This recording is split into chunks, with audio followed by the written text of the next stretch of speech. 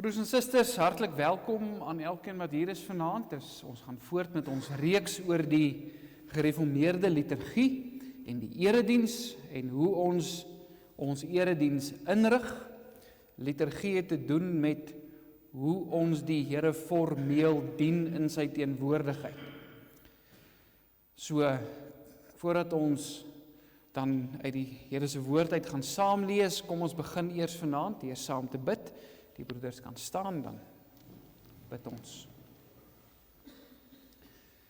Hemelvader, ons kom vanaand voor U buig, U wat ons God is, U wat ons koning is, U wat in 'n verbond met ons tree, omdat Jesus Christus ons kant van die verbond nagekom het. Omdat U Gees ons aan U verbind, deur die geloof, en ons daarom die drie-enige God, ons God, mag noem. En dat ons daarom ook na onsself mag verwys as U volk, U kinders, U gemeente, die liggaam van Christus, wat hier op sy bevel vergader is. Vader, wanneer ons dink aan die wonder, daarvan dat sondaar mense in die teenwoordigheid van 'n heilige God mag kom, dat ons U heilige teenwoordigheid enigstens mag betree, dan slaan dit ons asems weg. Dit laat ons in verwondering. En tog beklemtoon dit juis U karakter as 'n genadige God. 'n God wat nie met ons handel volgens wat ons verdien nie, maar die God wat met ons handel volgens dit wat Christus namens ons verdien het. Geregtigheid. Dankie Here dat ons saak met U reg is en dat ons nou ook met groot vrymoedigheid so in die teenwoordigheid saam kan wees. Dankie dat ons uit die woord uit kan besig wees, kan saam dink en tot groter insig kan kom vanuit die woord oor die betekenis van die erediens. Ons bid dat dit ons regtig ons deelname ook tot die erediens sal bevorder en sal versterk en ons met groter oorgawe sal laat deelneem omdat ons verstaan, omdat ons beter insig het. Ons bid ook dat U Gees ons sal lei, Here, dat ons ook vanaand U woord sal begryp en ook sal sien hoe dat die beginsels vir die erediens gegrond is in U woord en in U ewige verbond met ons. In Jesus se naam. Amen.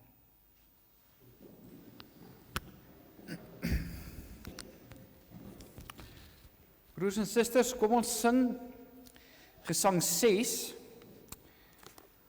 So ek het nou nie, Dominee Pieter het nou gisteraand baie mooi is iets fout? Ek kom skryf vir jou. Die teatervoortsiening met die registrasie op sy lig binne is aan. FT75CR, is dit julle van? Julle liggie in die Fortuner brand, so iets net nie mooi toe nie. Kom ons sing vanaand saam, broers en susters. Dominee Pieter het nou gisteraand mooi Pinksterliedere gekies, wat mooi by Pinkster ook aansluit. Ek het vanaand bietjie gekies vir liedere wat meer aansluit by daardie deel van die erediens waarby ons stil staan vanaand. En ons gaan vanaand kyk na die aanvangsfase van die erediens, wat dan die fotum en die seëngroet is. Die fotum wat spesifiek te doen het met God se teenwoordigheid en die bevestiging van sy teenwoordigheid. En daarom is hierdie lied Gesang 6 eintlik baie gepas. Veral vers 3. God is in sy tempel, dit bevestig sy teenwoordigheid. God is hier. En dan die tweede lyntjie, ons reaksie. Hemelpoorte bewe. As die hemelpoorte bewe oor God se teenwoordigheid, wat sê dit dan van ons reaksie? Almal buig voor hom wat lewe. Engele sing heilig. Heilig is die Here. Ons het dit gehoor uit wat Dominee Pieter gisteraand gelees het uit Openbaring 4 en 5 uit. Heilig is die Here in die allerhoogste sfere, maar ook uit die stof hier van die aarde af, hier waar ons nog in die stof van hierdie wêreld verkeer, klink ook ons lof. Here God van vrede, hoor ook ons gebede. Kom ons sing al drie verse, Gesang 6 staande.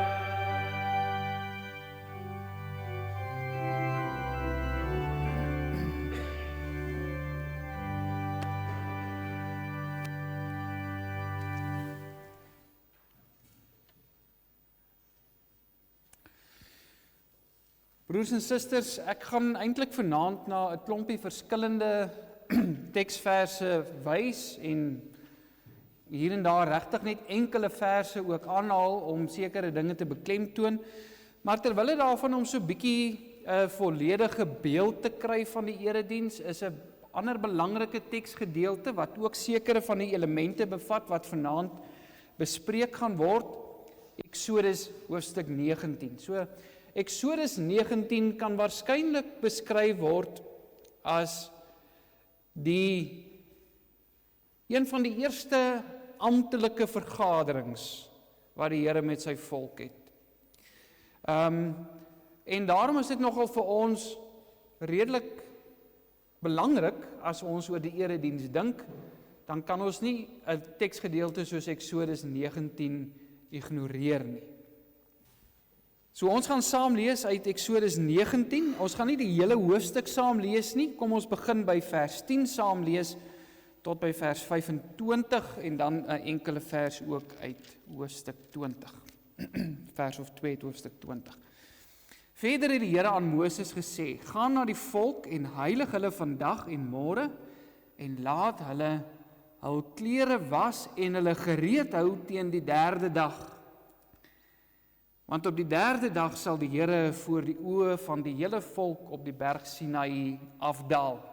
So, ek kan net so lank 'n paar gedagtes vir die uitlig van die goed, gaan ons nie vreeslik aan aandag gee nie, maar u moet oplet in hierdie gedeelte hoe belangrik iets soos voorbereiding vir die erediens is. Ons sou 'n hele sessie kon doen net oor hoe lyk goeie voorbereiding vir die erediens.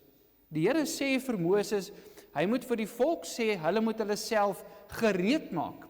Maar die gereed maak het nie net met hulle geestelike lewens te doen nie, dit was iets tasbaar gewees. Hulle moes hulle klere gaan was. Dit het dus ook iets te doen met hoe jy voor die Here verskyn. Ons weet dat die klere was bietjie meer van 'n liturgiese aksie was en of 'n kultiese aksie eerder, in die sin dat dit deel van die kultus was, 'n deel van hulle eredienspraktyke om te heilig en te reinig. So ek wil dit nou nie te sterk aan ons kleredrag verbind nie, maar daar is tog iets in hoe berei jy voor, hoe kom jy nader voor die Here, hoe kom jy in sy teenwoordigheid in. En dan hierdie gedagte in vers 11, hulle moet hulle gereed hou, so daar moet 'n gereedheid wees, nie? Hoor die woord, julle moet julle gereed hou. Nie vir jou onkant vang nie, jy moet reg wees om die Here te ontmoet, want op die 3de dag sal die Here voor die oë van die hele volk op die berg Sinaï afdaal. Die Here sal met ander woorde in julle teenwoordigheid inkom. Ook moet jy vir die volk 'n grens rondom aanwys en sê, pas op, dat julle nie op die berg klim of sy voet aanraak nie, elkeen wat die berg aanraak moet sekerlik gedood word. Wat dadelik vir ons wys, maar daar is afstand tussen hierdie God en die volk, want God is heilig, die volk is onheilig. Hierdie afstand word ook beklemtoon met die latere tabernakel en die tempel wat gebou is, met sy verskillende 3 dele wat hy gehad het, en die volk wat net in sekere dele mag ingekom het en nie in ander dele mag ingegaan het nie. So baie van die gedagtes wat ons hier kry ons ook later by die tempeldiens, die volk wat hulle self moes reinig, die offers wat gebring moes word, die volk wat net tot op 'n sekere punt mag beweeg, die priesters wat dan verder mag gaan en die hoëpriester wat in die allerheiligste mag ingaan. Vers 13. Geen hand mag hom aanraak nie, maar hy moet sekerlik gestenig of sekerlik met 'n pyl geskiet word, of dit 'n dier of 'n mens is, hy mag nie lewe nie. As die ramshoring lang geluide blaas, mag hulle op die berg klim. So u hoor, wanneer daar 'n aankondiging is. Die ramshoring wat blaas is 'n aankondiging. Dan mag dinge begin gebeur, sê die Here. Toe het Moses van die berg af na die volk gegaan en die volk geheilig en hulle het hul klere gewas. En hy het aan die volk gesê, hou julle klaar teen die 3de dag, moenie naby die vrou kom nie. En op die 3de dag, toe dit môre word, was daar donderslae en blitse en 'n swaar wolk op die berg en die geluid van 'n sterk basuin sodat die hele volk wat in die laar was gebeef het. Dadelik weer ook die reaksie van die volk wanneer God se teenwoordigheid sintuiglik waarneembaar word. Wanneer hulle kan agterkom, die Here is nou hier. Daarop het Moses die volk uit die laar gelei om God te ontmoet. En hulle het gaan staan by die voet van die berg. En jy moet verstaan die rol wat Moses ook hier inneem. Moses is die middelaar tussen die volk en God hier. Weliswaar nie 'n volmaakte middelaar nie, maar hy beklemtoon die belangrikheid dat hierdie ontmoeting kan nie plaasvind sonder bemiddeling nie, sonder dat daar iemand tussen die heilige God en die onheilige volk is nie. En die hele berg Sinaï het gerook omdat die Here in 'n vuur daarop neergedaal het. So vuur is een van die tekens van God se teenwoordigheid. As God sy teenwoordigheid in die Ou Testament bekend gemaak het, dan was dit altyd deur middel van vuur of rook of 'n wolk. En sy rook het opgetrek soos die rook van 'n oond en die hele berg het vreeslik gebewe. Toe die geluid van die bassein sterker en sterker word, het Moses gespreek en God het hom telkens hardop geantwoord. Gespreksgedagte, het gehoor van Dominee Pieter wat gisteraand gesê het dat die erediens is 'n tweegesprek tussen God en sy verbondsvolk. Hier kry ons dit weer. Terwyl die Here op die berg Sinaï neerdaal op die top van die berg, het die Here Moses na die top van die berg geroep en Moses het opgeklim en die Here het vir Moses gesê: "Klim af, waarsku die volk dat hulle nie na die Here toe deurbreek om te sien en baie van hulle dan val nie. En ook die priesters wat naby die Here kom, moet hulle self heilig, sodat die Here nie teen hulle losbreek nie." Nou ja, ons kom môre aand by die versoeningsgedeelte van die erediens. En ek dink Dominee Pieter sal dalk weer bietjie hierby aansluit. Ek gaan nie te veel daarop uitbrei nie, maar die hele gedagte dat die priesters ook gereinig moet word. Toe het Moses die Here geantwoord: "Die volk kan nie op die berg Sinaï klim nie, want u het ons self gewaarsku en gesê: baken die berg af en heilig dit." Daarop sê die Here vir hom: "Gaan heen, klim af. Dan moet jy en Aaron saam met jou opklim, maar die priesters en die volk mag nie deurbreek om na die Here toe op te klim nie, sodat hy nie teen hulle losbreek nie."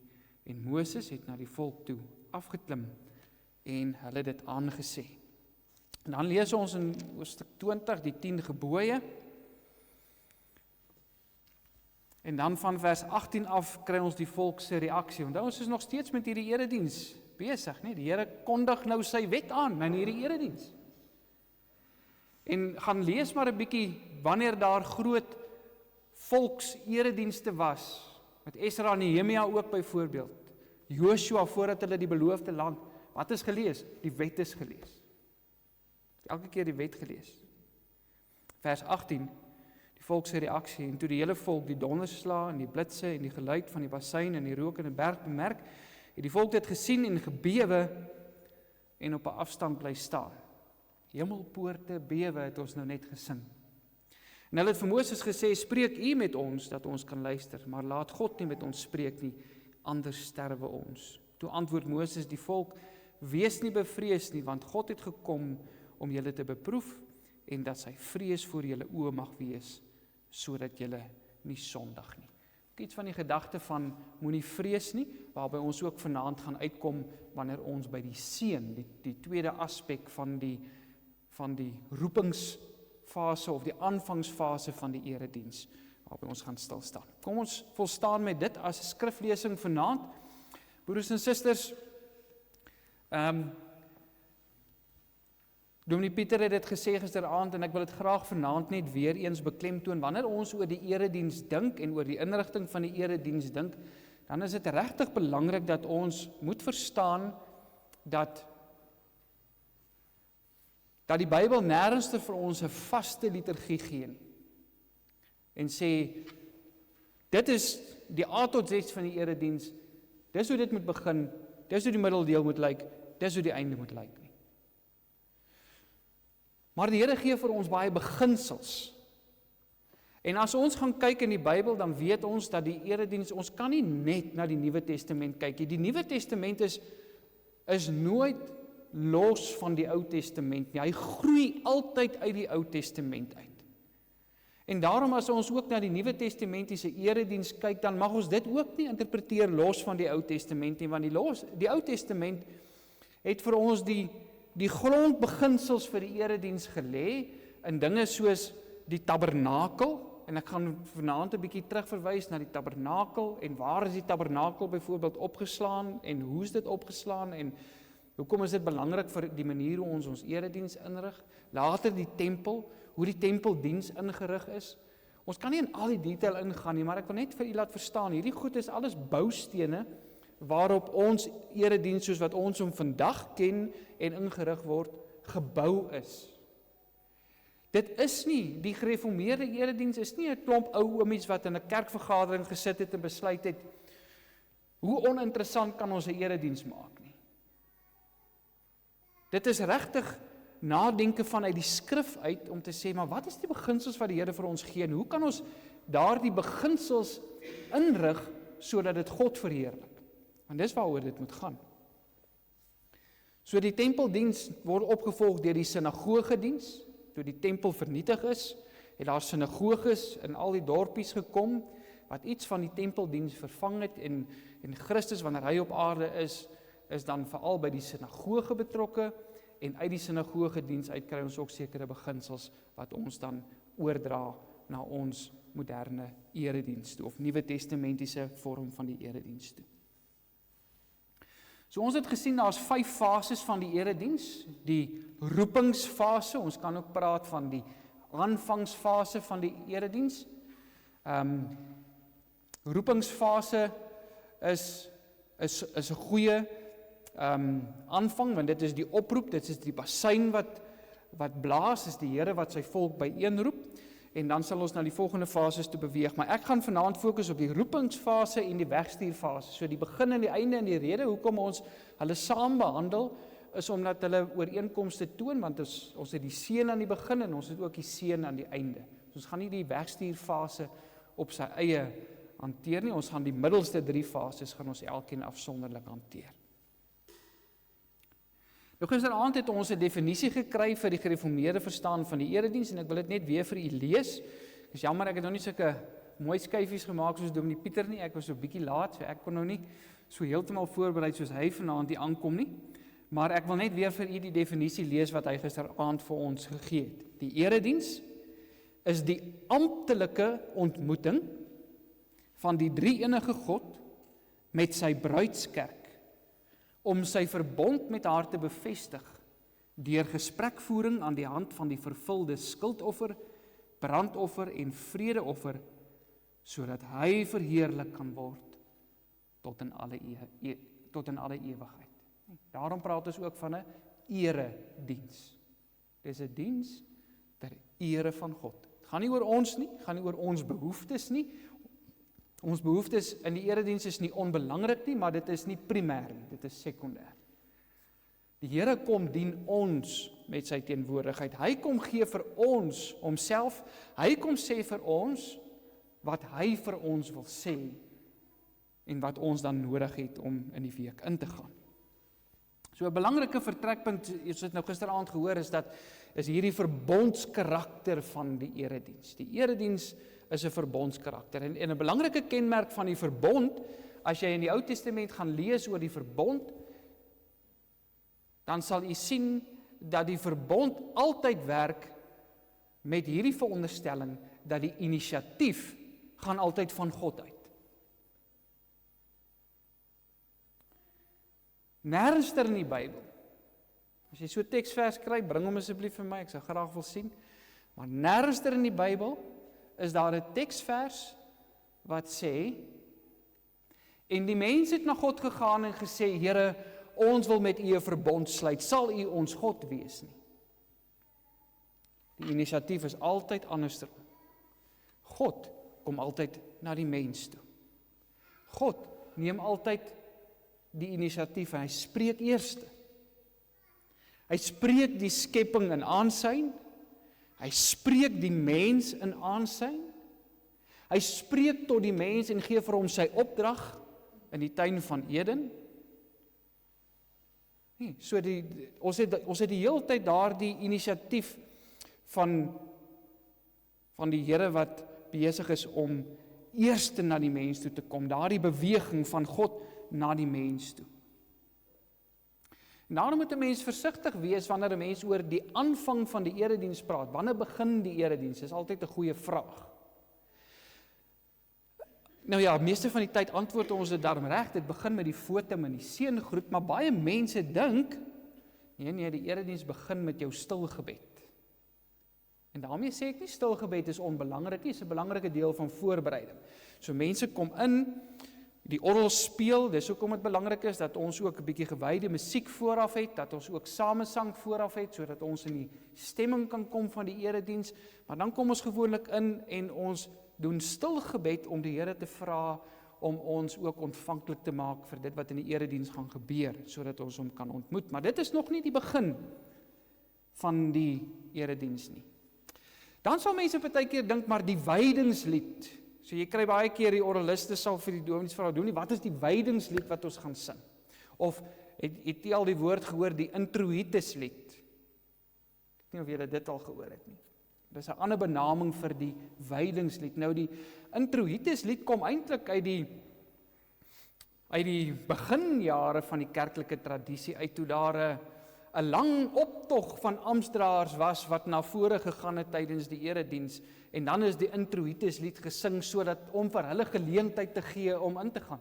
So eintlik sou die regte manier wees om die wydingslied, in baie kerke, en hier onthou dit dalk nog uit die jong dae uit, het dit so gedoen, dat hulle die wydingslied sing wanneer die kerkraad inkom. So almal maak gereed, en as die kerkraad instap, dan sing ons die wydingslied. Want dit is daar die hele gedagte, daar die tradisie van die introituslied, wat 'n geleentheid gee vir die amptdraers om hulle plekke te kom inneem. Ons het dit nie meer vandag so baie nie, die betekenis van die wydingslied het waarskynlik 'n bietjie verskuif in ons tyd, weg van die ding van 'n lied wat 'n geleentheid gee vir die amptdraers om hulle plek te kom inneem, eerder na, as ons dit wel nog sing, 'n lied wat ons in die stemming plaas vir die erediens. Nee, so God is hier teenwoordig, sal byvoorbeeld 'n goeie wydingslied ook wees. Iets wat ons voor die erediens kan sing, maar om net die stemming reg te kry. En daarom is dit ook belangrik dat 'n mens ook moet dink aan byvoorbeeld die rol van afkondigings, wanneer moet die afkondigings plaasvind, want party ons dink maar, daar's kerke wat die afkondigings voor die tyd doen, voordat hulle begin met die erediens. Nou dit kan help om die oorgang na die erediens toe duideliker te maak, as daar afkondigings voor die tyd is. Dit is so, die dominee doen nog 'n paar afkondigings, sê baie geluk vir almal wat verjaar, Marita byvoorbeeld, jy wat vandag verjaar, geluk met jou verjaarsdag. En hy noem 'n paar dinge, en dan sê hy, goed, om gereed te maak, om die Here te ontmoet, kom ons sing nou saam. Dan sing ons gewoonlik die wydingslied, so dit help 'n bietjie om 'n oorgang te skep. Maar baie kerkrade verkies om die afkondigings na die tyd te doen, want partykeer kondig die dominee nou iets af wat almal nou ongemaklik en ongelukkig maak, en hulle hou nou nie baie van hierdie afkondiging nie, en dan sal nou die hele erediens deur omgekrap. Maar vir dieselfde prys sê mense, moet jy daarom ook maar nou nie die afkondigings na die tyd doen nie, want jy's nou net in die stemming van die erediens, en jy het nou hierdie preek gehoor, en nou is jy vies oor dit wat nou afgekondig is. So, die argument geld maar weerskante toe. Mens moet maar opweeg en besluit waar werk dit die beste. Ons kerkraad voel dit werk die beste aan die einde, want ons wil die fokus absoluut op die erediens hê, totdat ons klaar is met die erediens. Reg, so ons moet dan ook verstaan wat gebeur by die erediens. Ons moet die rol van die liturg verstaan. Die persoon wat voorgaan in die erediens word die liturg genoem. En die liturg is regtig net 'n diens knegg in 'n sekere sin, in diens van die gemeente, in diens van die Here. So hy het 2 rolle. Hy sit 2 hoedens op die heeltyd. Hy lei die erediens in die sin dat hy sorg vir die ordelike verloop daarvan, maar hy dien ook as 'n medium of 'n spreekbuis dan, waardeur God met sy gemeente praat en waardeur die gemeente by geleentheid ook met God praat. Partykeer sal die gemeente self reageer, deur byvoorbeeld sang of geloofsbelydenis wat ons saam hardop sê, maar partykeer doen hulle dit deur die liturg, wanneer die liturg voorgaan in gebed namens die gemeente byvoorbeeld. So, verstaan jy daardie rolle goed. So as ons weer kom by die begin van die erediens en ons gaan terug na iets soos die tuin van Eden, dan sien ons daar byvoorbeeld duidelik ook so 'n baie goeie voorbeeld van hoe die inisiatief van God uitgaan in sy ontmoeting met die mens. Genesis 3 vers 8, God het die mens gereeld ontmoet en met hom gewandel, lees ons. En dit veronderstel natuurlik ook gesprek. Daar waar daar intieme verhouding tussen God en sy kinders is, daar vind gesprek plaas. Dit dui ook op 'n vasgestelde ontmoetingstyd. Die Here het in die aandwyntjie met hulle gewandel. Dit was 'n vasgestelde roetine gewees. Op party gemeentes reken die aandwyntjie waai net 9 uur op 'n Sondagoggend. Hulle wil glad nie hulle eredienstyd skuif of so nie. Maar die punt is maar net, daar moet 'n vasgestelde ritme wees. Dit is iets wat ons van die begin af daar sien. Maar ons sien ook hoe die inisiatief van God uitgaan, veral wanneer die mens sondig. Dan hoor ons dat daar geskryf staan, toe roep die Here God na die mens en sê vir hom, waar is jy? Die Here roep hom in sy teenwoordigheid in, al is hy 'n sondaar, al het hy 'n fout gemaak. Nou, ons kan net uit Genesis 3 uit, kan ons al baie uitmaak ook vir die erediens, as jy net dink ook aan die oordeel wat die Here uitgespreek het oor die sonde wat Adam en Eva gedoen het, die rokke van vyeblare wat uitgetrek is en vervang is met rokke van vel wat op 'n offerdui wat gebring is vir hulle sodat hulle kan lewe. Daar's baie elemente wat ons reeds daaruit kan aflei, maar ek wil net hierdie gedagte van die inisiatief vir u uitlig. En hy het 'n afspraak met sy bruid. Hy roep ons op om in sy teenwoordigheid te wees. Ons het daarom 'n teosentriese siening van die erediens. God die Vader roep sy volk bymekaar op grond van die soenverdienste van Jesus Christus deur die kragtige werking van die Heilige Gees. Op dit elkeen sou ons ook kon uitbrei, maar ek gaan net met dit volstaan. Sodat God en sy woord sentraal staan in ons erediens, dat die inisiatief van God uitgaan word bevestig deur baie dinge in ons erediens, nie net hoe ons die erediens spesifiek inrig nie, maar hoe ons kerkgeboue gebou is. Dis byvoorbeeld 'n groot verskil tussen die Rooms-Katolieke Kerk en die Church of England byvoorbeeld en die gereformeerde kerke is dat die preekstoel sentraal staan. Die preekstoel is in 'n sekere sin verteenwoordig ook die troon van die Here, waarvandaan hy met ons spreek, wat sê, hy is sentraal, dit gaan oor hom, hy neem die leiding, hy neem die inisiatief, so die preekstoel al klaar, wat hier in die middel staan, en nie op die kant soos in 'n Rooms-Katolieke kerk nie, sê, op wie is die fokus, is 'n teosentriese fokus.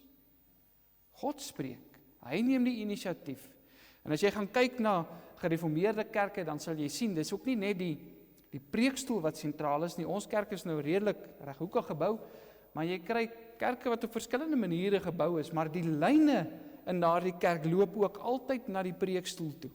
Almal moet die preekstoel kan sien. Want dit is, soos jy nou kan onthou, ek het so rukkie terug 'n bietjie oor ex-cathedra gepraat, waar die Here uit die stoel uitpraat. Met ander woorde, waar hy sy amptelike bediening van sy woord aan sy volk verkondig en aan hulle oordra.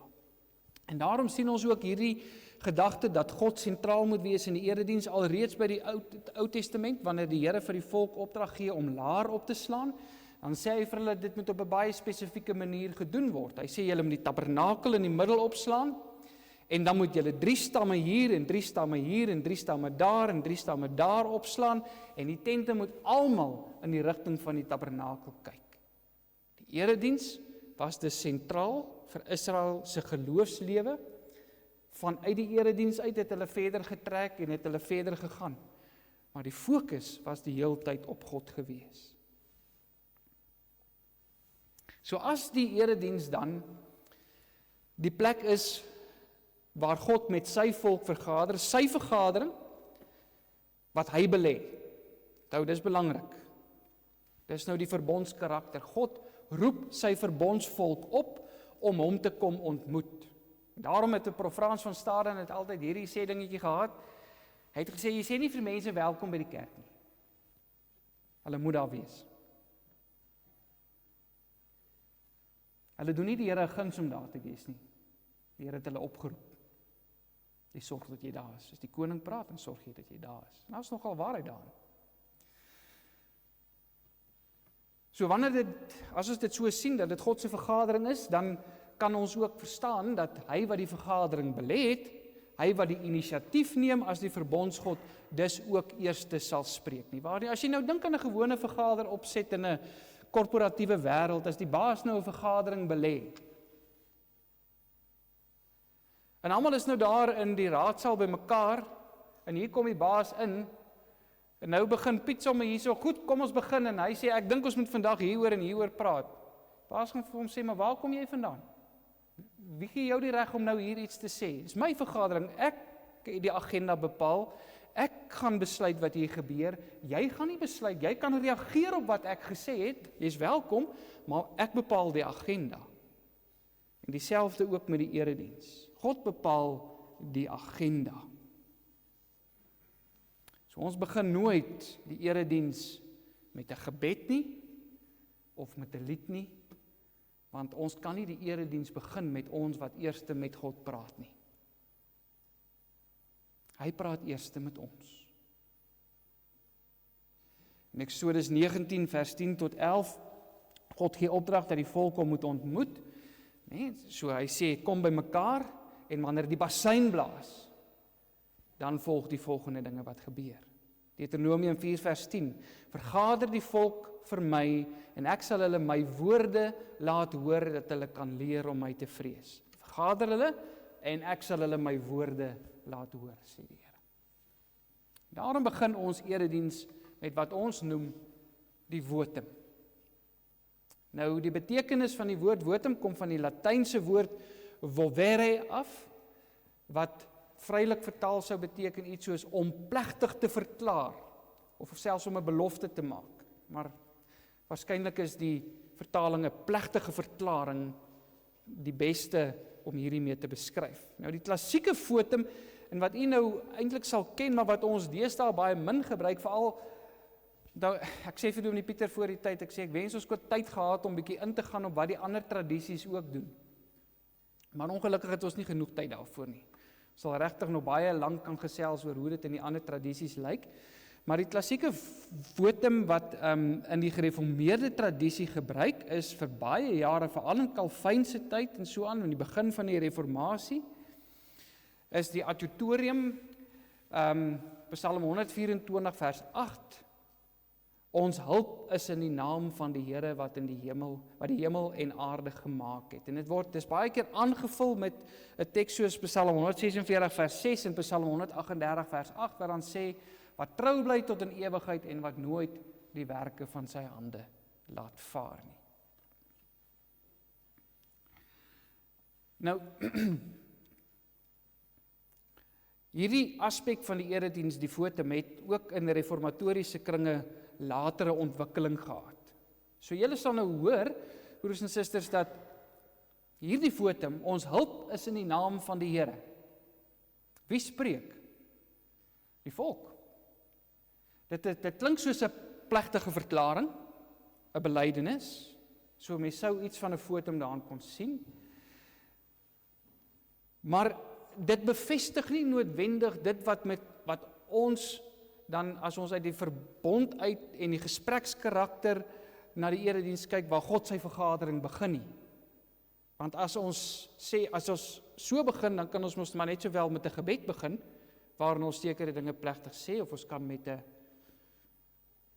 'n lied begin, wat gepas is, miskien. Maar ons moet onthou dat dit 'n baie lang verloop gehad. So in die Rooms-Katolieke Kerk was hierdie adjutorium is deur die priester geprewel voordat hy amptelik met die erediens of met die mis begin het. En toe die reformatie gekom het, toe Calvyn hulle gegaan en gesê, maar dit kan nie so privaat wees asof net die priester, want baie van die goed in die Rooms-Katolieke erediens was beperk gewees tot die heiliges, tot die priesters, en dit wat hulle gedoen het, en die hele ding van deelname van die gemeente was nie daar gewees nie. En Calvyn hulle wou dit verander. Daarom het hulle gesê, maar dit moet 'n amptelike verklaring wees, dit moet iets amptelik wees. Nou Calvyn het nie definisies gegee, byvoorbeeld vir hoe hy die votum verstaan het nie. Hy het net sy liturgie ingerig volgens hierdie adjutorium, wat dan aan die begin as 'n votum hardop teenoor die gemeente gesê is deur die liturg.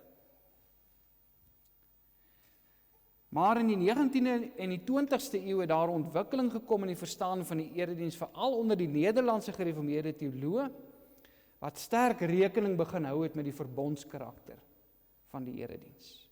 En hierin het iemand soos Abraham Kuyper sterk leiding geneem met die beskouing dat die votum nie 'n plegtige verklaring deur die gemeente is nie, maar 'n plegtige verklaring deur God self, waardeur hy sy vergadering konstitueer. Ons sal kan sê konstitueer beteken waardeur hy sy vergadering as amptelik insitting verklaar. Daarom word dit ook genoem die hamerslag van die erediens. Hoekom? Soos wat 'n regter met sy hamertjie sal kap en sê hierdie hof is nou in sitting, daardie gedagte, dis maar waar die woord die hamerslag van die erediens vandaan kom. En dit staan dus ook sterk in verband met die verbondsverskyning van die Here tydens die tempeldiens. Levitikus 9 vers 4. Vandag verskyn die Here aan julle, en dan vers 23 ook, en die heerlikheid van die Here het aan die hele volk verskyn. Die gedagte van sy teenwoordigheid. So ons verstaan van die fotum sluit in die AP-kerke sluit ons dan sterk by Kuyper aan. Ons sluit eerder by hom aan in hierdie geval as by Calvin. Alhoewel ons nog die adjutorium ook het en by tye gebruik, bloot omdat dit iets is wat tradisioneel so in die kerk gebruik is en vir baie jare en eeue eintlik as 'n fotum gebruik is. Maar ons het 'n bietjie 'n wyeer siening van die fotum. Die doel van die fotum is om God se teenwoordigheid in die midde van sy volk te konstateer, om te sê, God is nou hier. Hy sê dit self. Ek is hier, ek gaan met julle praat. En in die presbyteriaanse tradisie praat hulle nie van 'n fotum nie, hulle praat van 'n call to worship, oproep tot aanbidding, maar is ook 'n oproep wat van God uitgaan, om te kom, om te aanbid, want hulle werk ook met die verbondskarakter van die erediens. So Eksodus 19 beskryf dan vir ons hierdie Sinaï gebeure. Moses het die volk uit die laar uitgelei om God te ontmoet.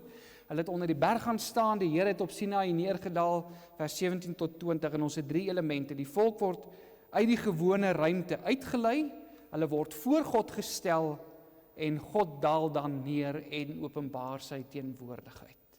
En dit begin alles met die basyn. Die fotum behoort dus altyd direkte spraak van God te wees wat sy teenwoordigheid bevestig. Die fotum is nie net 'n mooi versie uit die Bybel uit waarvan ons hou nie. Party dominees dink dit is, maar dit is nie veronderstel om dit te wees nie. Dit is nie 'n goeie fotum nie. Fotum sê iets van God is hier teenwoordig. Daarom sal jy altyd 'n teks kies waar God direk aan die woord is. Of 'n teks wat iets baie spesifiek oor sy teenwoordigheid sê, as hy dan nie direk aan die woord is nie. Want daardie elemente is belangrik. Hy konstitueer, hy sê ek is hier, ons kan begin, hierdie vergadering is nou in sitting. So net om vir u 'n paar voorbeelde te noem, dan sal u verstaan wat ek bedoel. So vat byvoorbeeld Psalm 11 vers 4 is 'n goeie fotum. Die Here is in sy heilige paleis. Die troon van die Here is in die hemel. Sy oë sien, sy ooglede toets die mensekinders. Bevestig God se teenwoordigheid in die midde van sy kinders. Jesaja 12 vers 6. Juig en jubel o inwoners van Sion, want die heilige van Israel is groot in julle midde. Ek het nou 'n klompie hier, ek gaan nie almal vir u lees nie. 'n ander baie bekende ene is ook Habakuk 2 vers 20, maar die Here is in sy heilige tempel. Swyg voor hom, o ganse aarde. So wat ook belangrik is met die fotum, en 'n dominee wat sy sout werd is, sal moeite doen met sy fotums, en nie net altyd dieselfde fotum gebruik nie. Fotum behoort ook tematies gekies te word, en as ons erediens beplan, baie mense dink dominees skryf hulle preek, en dan kies hulle net gou liedjies wat hulle kan sing voor die tyd en na die tyd, en sit net gou al die goedjies by, of hulle dalk so standaard rampie wat hulle het, en dan sit hulle net die preek hier tussenin, en dan kom doen hulle die res as hulle hier in die erediens is. Maar ons doen gewoonlik baie meer as dit. Prof Isak Brink wat vir ons geleer het oor prediking, hy het gesê, jy moet meer tyd jy is veronderstel om meer of ten minste net soveel tyd in jou liturgiese beplanning te doen as wat jy in jou erediensbeplanning, in jou preekbeplanning gedoen het, in die preekmaak gedoen het. Goed. So ons probeer tematies, ek sê altyd vir die kinders in die belydennisklas ook as ons hierdie goed behandel, dan sê ek probeer om al reeds iets te hoor van wat kom in die preek, as jy na die fotum luister. Jy gaan nie altyd regkry nie, maar jy gaan ten minste as jy by die preek kom weer kan terugdink en sê, wat fotum het die dominee gebruik? Hoekom het hy dit gebruik as hy hierdie gedeelte uitpreek en hy hierdie boodskap bring?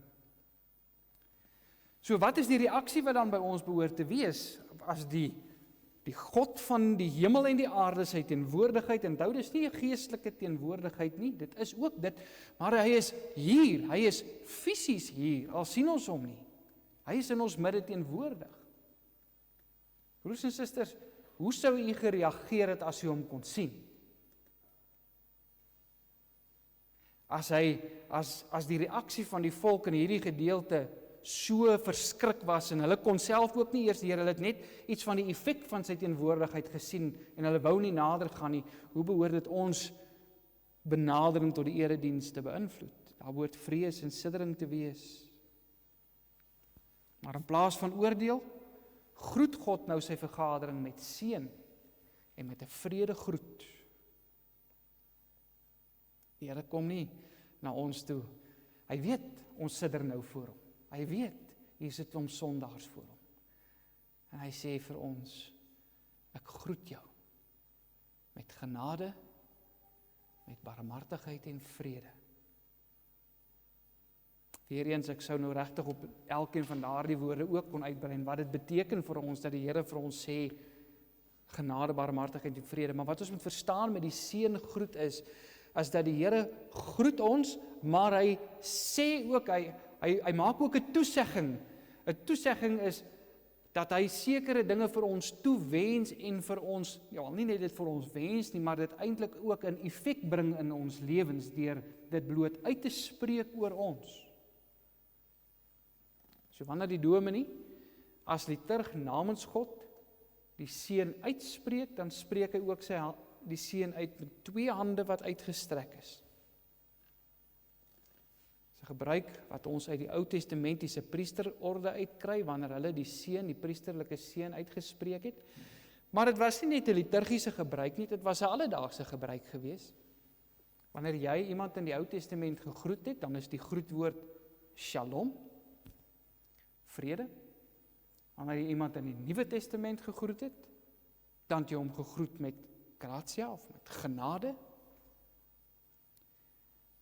En jy hoor nou reeds, genade, vrede, wat in hierdie groet opgesluit is.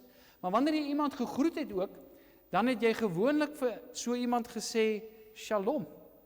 Al 2 jou hande opgelig. En dit was 'n belangrike simboliese handeling gewees, want jy het eintlik vir die persoon wat jy groet, daardeur gewys dat jy regtig bedoel wat jy sê. Jy kom in vrede na hom toe. Jy kom nie om hom seer te maak nie. Kyk hier, ek dra geen wapens aan my nie. Dit was die bedoeling. Ek kom in vrede na jou toe. En so groet ons God ons ook. Nie as 'n verwoestende, veroordelende God wat in sy toorn ons wil vernietig nie, maar een wat sy genade vir ons toesê. Nou ja, miskien sal u nou vir my vra, maar waar kom die gebruik vandaan in sekere kerke om met een hand te groet? Dit is 'n moderne westerse interpretasie van die groet. So die logika daar agter is, as westerlinge groet ons mekaar nie meer so nie. As ons mekaar groet, sê ons, hallo, hoe gaan dit? Ons groet met een hand. So jy sal in party kerke kry dat die seën uitgespreek word met een hand so, en selfs partykeer so. Want ons groet mekaar met 'n bladskit. Dis nou maar iets gaan verlore van die simboliek wat daar in die Ou Testament en met die priesterlike seën was, wanneer ons so groet. En daarom spreek ons die seën altyd aan die begin en aan die einde van die erediens met al 2 hande uit. Nee. Want dit is altyd interessant dat in die kerke waar dit met een hand gedoen word, die seën aan die einde met 2 hande uitgespreek word. My vraag is, as jy vir iemand hallo sê in die moderne westerse kultuur, en jy sê ons groet mekaar so, en ons sê vir mekaar totsiens, sê ons vir mekaar so totsiens, of sê ons vir mekaar so totsiens? Ons doen dit tog ook met een hand, nie waar nie? So as ons konsekwent wil wees, dan moet ons ook aan die einde dan die seën net met een hand uitspreek. En daarom dink ek dit is meer sinvol om met 2 hande dit te doen. En hoe reageer die volk dan hierop? As die Here, hierdie verbondsgod, wat ons eintlik in 'n oogwink kan vernietig, ons met soveel deernis benader en sê, kom in my teenwoordigheid in. Jy wat my nie verdien nie, jy wat eintlik net my oordeel en straf verdien, kom in my teenwoordigheid. Hoe wil jy reageer? Daarom is die spontane reaksie, die eerste wederwoord van die gemeente, is die lof of aanbiddingslied. Ek gebruik spesifiek die 2 woorde, lof of aanbidding, want ek dink dit kan beide wees. En daarom moet 'n mens ook in die keuse van jou lied, ons kies ons liedere ook tematies, die lied moet aansluit by die tema van die preek wat kom. So die dinge waaroor ons die Here loof in die eerste lied, moet alreeds goed wees waaroor ons hom loof, waarvan ons nou later gaan hoor in die preek. Ons begin reeds beweeg na die preek toe. Die beweging in die diens is reeds na die prediking toe. Maar die woorde en die melodie moet gepas wees. So ons kan nou nie 'n treurige liedjie sing, of ons kan nie 'n opgewekte liedjie treurig sing nie. Ons moet hom sing, soos 'n loflied, of dan ook soos 'n aanbiddingslied, en die wysie en die melodie lei ons gewoonlik daarin. Dink aan iets soos O Heer my God, as ek in eerbied wonder. Daardie melodie is baie meer gewyd en skep die atmosfeer vir aanbidding. Terwyl lofliedere is baie ligter, baie vroliker, die tempo is vinniger, en ons behoort daarom mooi saam aan die orgel te sing, te luister dat ons op pas kan sing.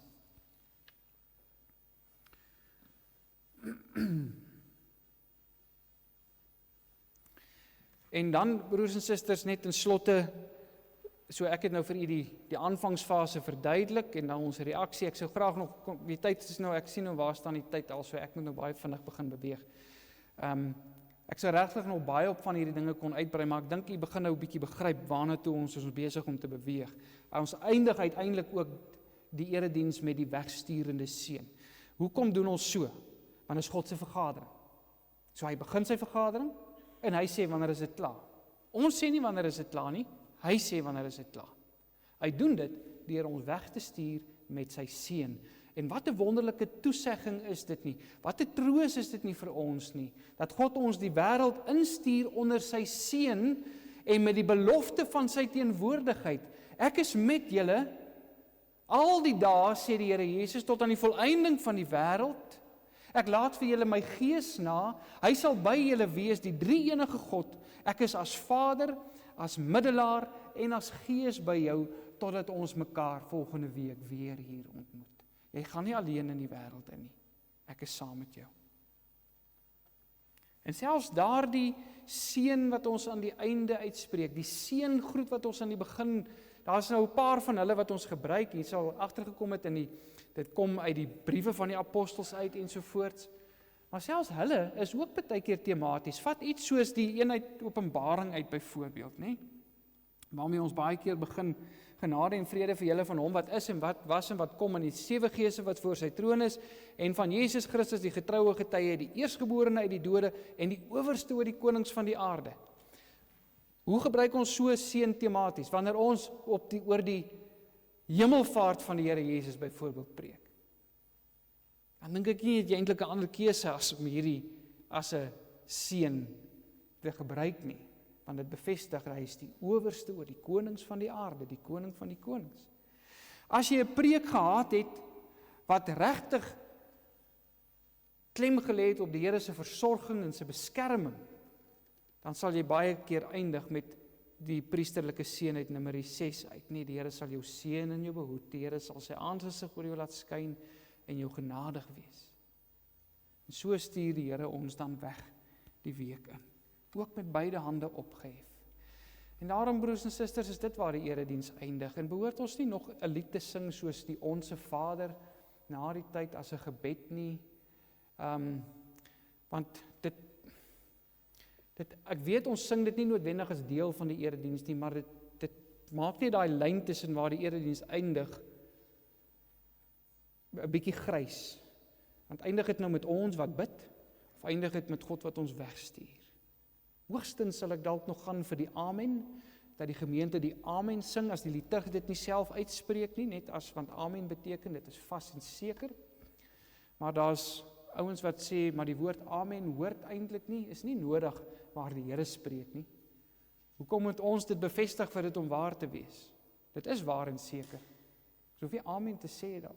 So amen hoef nie 'n bevestiging te wees daarvan. God bevestig dit self in sy wese en in sy karakter.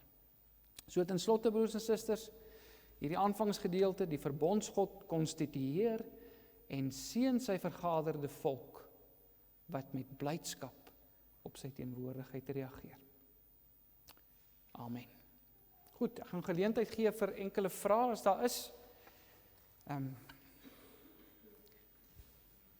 Jy is welkom. Dalk het een van julle 'n vraag of wonder oor iets?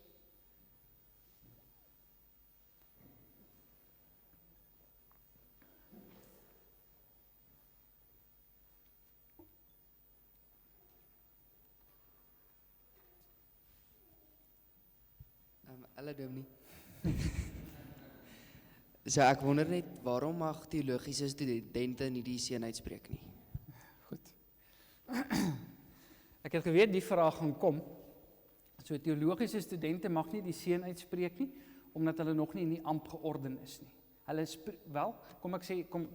dat ek herformuleer. Hulle mag die seën uitspreek, nie met opgehefte hande nie. So daar was verlang gewees dat teologiese studente die seën moet afbid. Maar toe was daar 'n debat in die synode gewees daaroor om te sê, maar dit kan nie wees nie, want die erediens is 'n erediens, of dit nou 'n student is wat dit lei, of dit 'n geordende amptenaar is wat dit lei, wanneer dit 'n erediens is onder die toesig van die ouderlinge, dan is dit 'n erediens. En dan behoort daardie karakter van God spreek en ons antwoord van die begin af daar te wees, en kan ons nie met 'n gebed begin nie, en die student of die leesprediker behoort daarom die fotum en die seën uit te spreek, maar nie met opgehefte hande nie, want dit was die priesters wat met opgehefte hande, hulle wat georden was in die ampt, wat dit so uitgespreek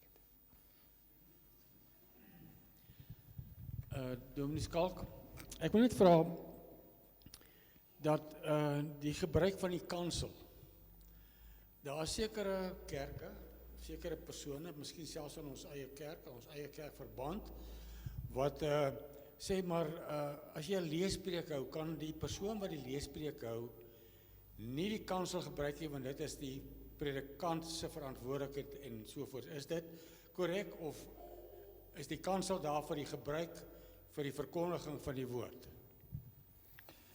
Dis 'n goeie vraag om Chris, ek weet dit is 'n redelike debat, en nie almal van ons is eensstemmig daaroor nie.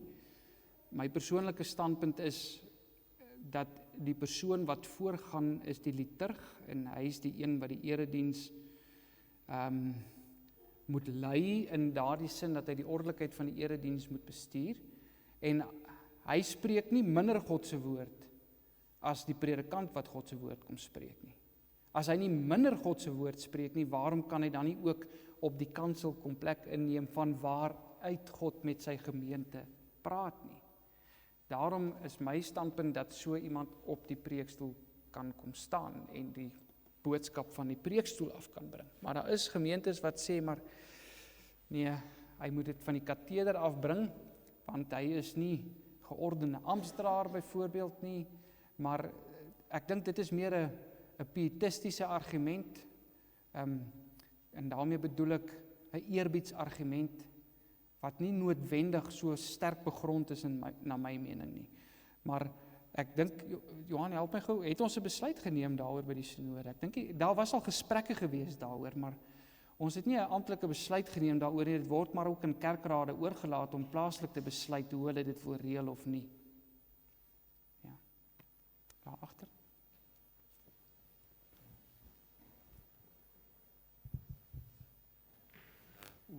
Hoekom spreek ons nie elke Sondag die apostoliese geloofsbelijdenis hardop uit nie, maar eerder in ons harte saam? So jy moet daai vraag hou vir wanneer ons by daai deel kom.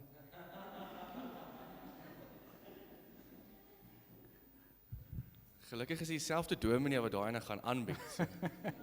Ja, nee, André, ek kan jou antwoord, dit is nie, ek kan dit maar nou antwoord, ek sal dit dalk net weer sê, dit gaan maar bloot daaroor dat 'n mens ook patroonmatigheid partykeer bietjie wil breek, die liturg gaan partykeer voor, maar dit is goed dat die gemeente eintlik dit self sê. So ek is eintlik 'n voorstander daarvoor dat ons dit hardop moet sê, want die erediens, die liturgie, en veral die gereformeerde liturgie, verval ons partykeer in 'n soort passiwiteit, in 'n onbetrokkenheid in ons deelname aan die erediens, terwyl wanneer ons dit hardop uitspreek, ons eintlik baie meer doelbewus deelneem aan daardie liturgiese stap of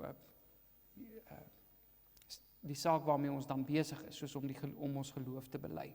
So dit is ook maar 'n kwessie van voorkeur. Partykeer dan is dit ook 'n geval van, kom ons vat iets soos by 'n openbare belydenis van geloof, dan hou ek regtig daarvan dat die gemeente dit saam met die jong mense wat hulle belydenis van geloof aflê, want ons deel dit tog met mekaar gemeenskaplik. So dat dit is nie net om die ritme bietjie te verander of die patroon te breek nie, maar dit het regtig 'n ander betekenis ook, want ons wil dit saam doen, ons deel met julle hier en dis ons gemeenskaplike geloof. Ons wil hê julle moet dit hoor, maar ons wil ook hê die wêreld moet dit hoor na buite toe.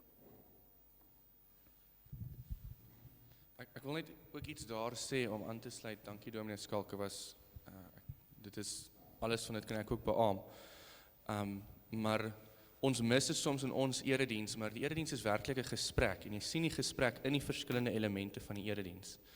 En so die apostoliese geloofsbelijdenis is nou 'n deel waar ons antwoord op God se woord. Hy het ons nou net vrygespreek van ons sondes en ons antwoord daarop, ons reaksie daarop is om ons geloof in hom te bely. So jy sien hierdie gesprek wat eintlik gevoer word tussen God wat met soveel respek deur die prediker verteenwoordig word, deur die liturg verteenwoordig word. God word verteenwoordig op die kansel, hy spreek ons sondes vry en die gemeente antwoord op daardie vryspraak deur ons geloof in hom te bely. As ek dalk vir Dominee Skalk net kan vra om bietjie uit te brei net op daai karakter, die gesprekskarakter van die erediens, en ek dink hierdie sluit baie daarbey aan. Ons het nou gewoonlik die liturg doen al twee kante, hy verteenwoordig God en hy verteenwoordig ook die gemeente. So eintlik voer hy dan al twee dele van die gesprek. Maar as ek dalk net kan vra dat Dominee daarop uitbrei hoe mens wel die gesprek nog steeds, die gespreksidee nog steeds in die erediens moet sien.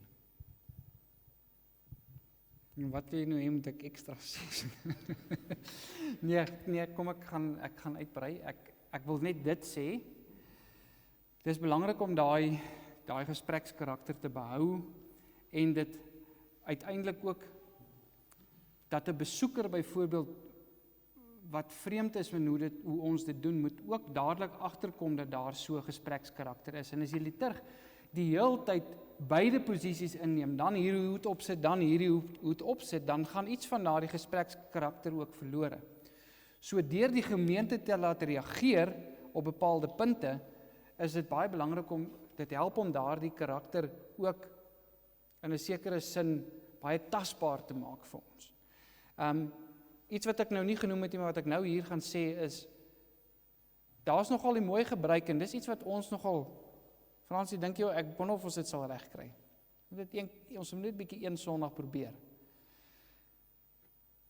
Eintlik behoort die liturg nie vreeslik aankondigings te doen, wanneer die erediens plaasvind nie. As jy veral as ons, soos wat ons met 'n bord werk, ons kan baie van dit wat 'n ou wil sê, soos die sit en die staan en sulke tipe van goedjies, die opdragte wat jy nou gee vir die gemeente, kan jy sommer op die bord sit.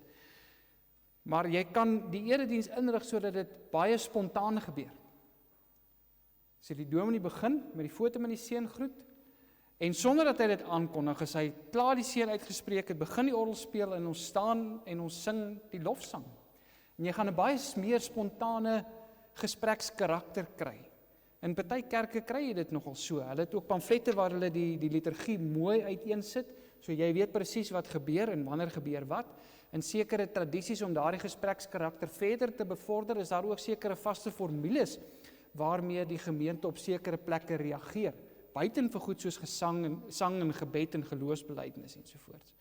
So, ons het baie daarvan, ons maak net 'n bietjie te min daarvan, na my mening, in die gereformeerde erediens, om werklik daai gesprekskarakter en die deelname aan die erediens, ook die liggaamlike deelname, tot sy reg te laat kom.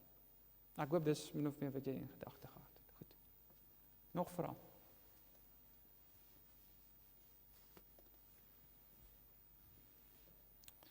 Goed. Broers en susters, ons is so 'n bietjie oor die tyd, so terwille van die tyd gaan ek die laaste lied aankondig en dan gaan ek vir ons afsluit vanaand met 'n gebed en dan is daar lekker sop en broodjies na die tyd. Kom kuier gerus daar saam en as jy nog vrae het, kom maak gerus 'n draai. Ons gaan nou sing Psalm 134 wat dan iets ook verwoord van die seën wat ons ontvang van die Here af, waarmee ons groet, maar waarmee hy ons ook wegstuur. Kyk veral dan na vers 3, ons gaan die eerste 3 verse, ons sing gewoonlik vers 4, maar kom ons sing nou vanaand die eerste 3 verse.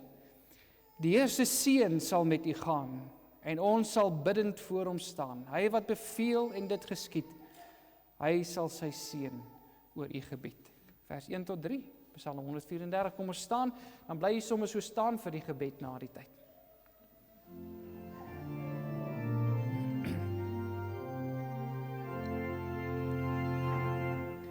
O priester,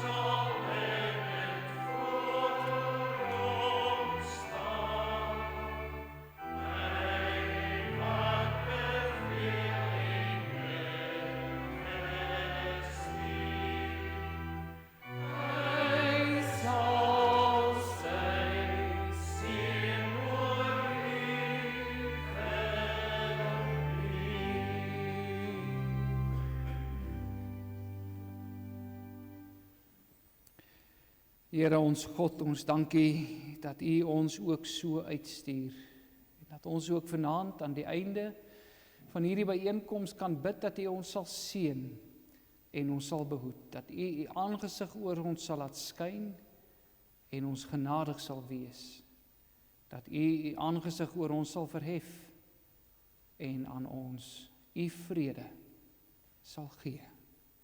In Jesus naam. Amen.